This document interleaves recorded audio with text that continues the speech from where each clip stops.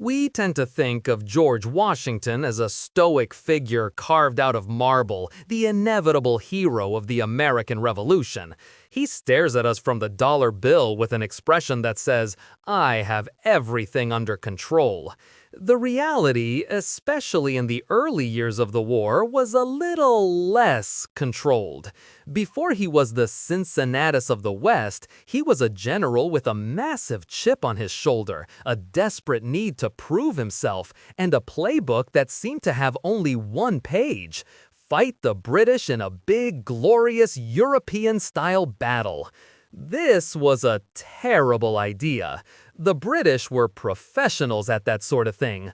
Washington's army, on the other hand, was a collection of farmers, merchants, and people who just really didn't like taxes.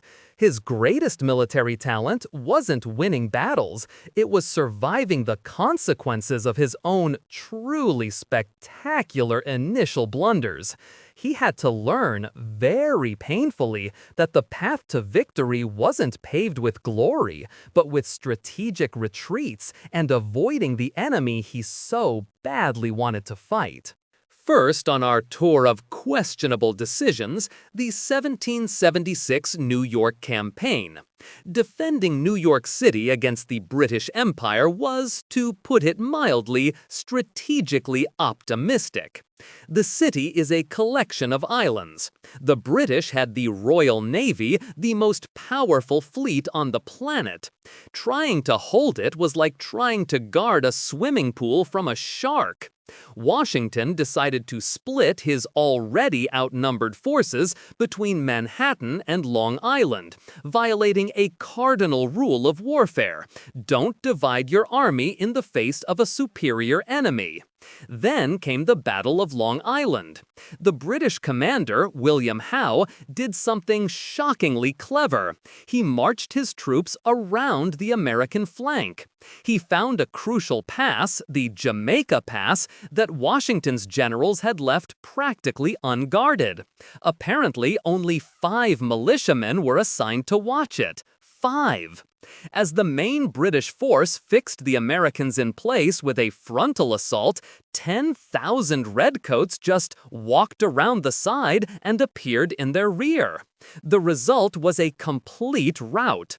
The Continental Army was smashed, surrounded, and trapped with its back to the East River. The entire revolution was about one bad decision away from ending right there. Having led his army into a perfect trap, Washington then executed one of the most brilliant moves of his career: running away.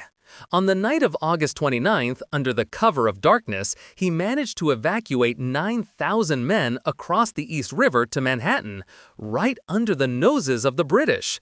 He commandeered every boat he could find and had them rowed by rugged fishermen from Massachusetts. The entire operation was conducted in complete silence, with wagon wheels muffled by cloth. It was a logistical masterpiece born of sheer desperation. And then, as the sun began to rise, threatening to expose the last of the retreating soldiers, a ridiculously convenient, dense fog rolled in.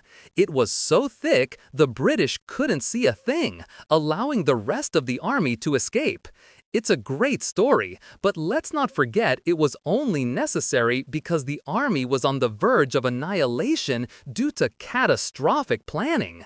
Getting an A on the escape portion of the test doesn't change the fact that you failed the part about not getting trapped in the first place.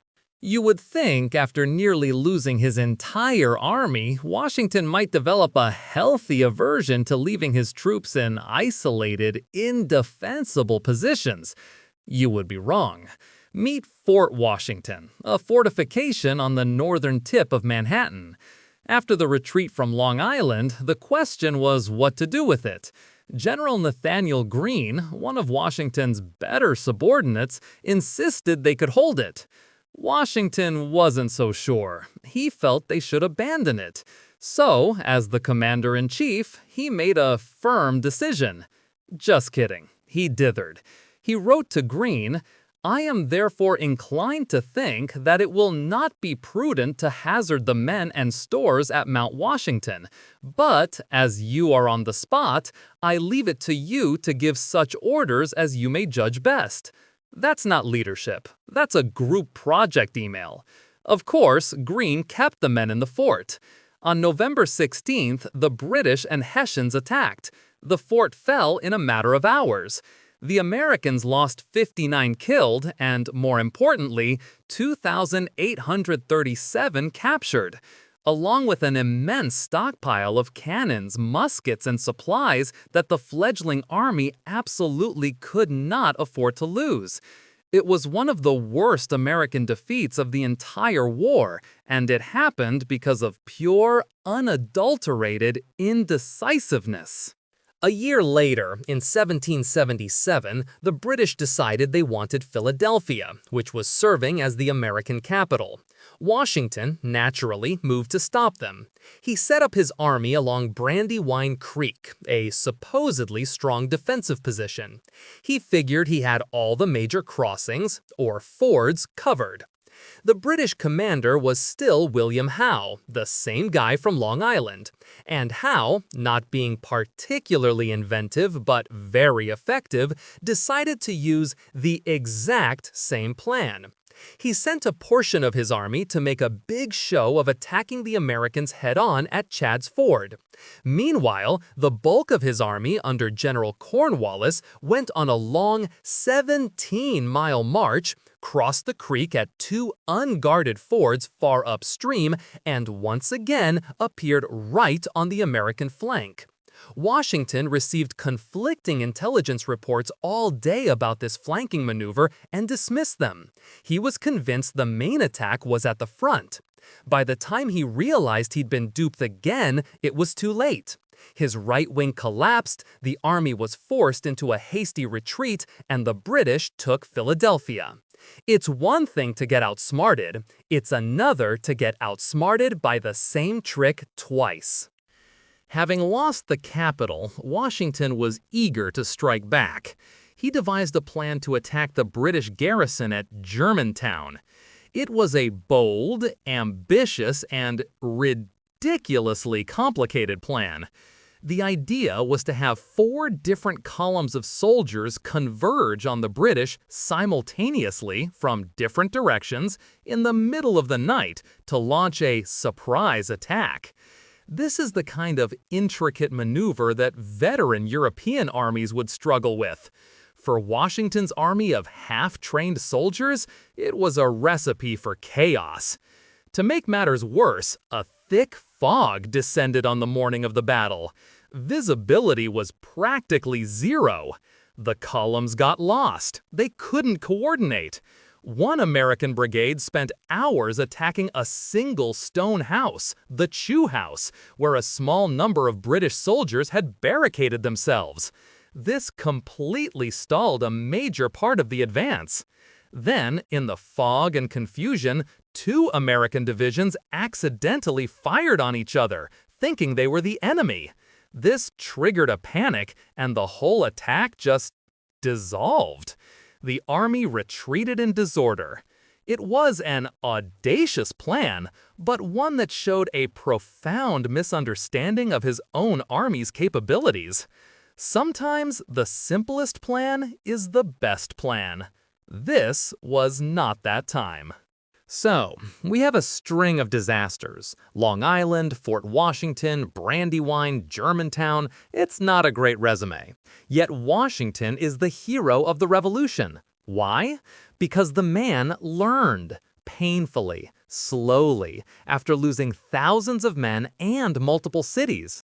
He eventually realized that the Continental Army couldn't beat the British at their own game.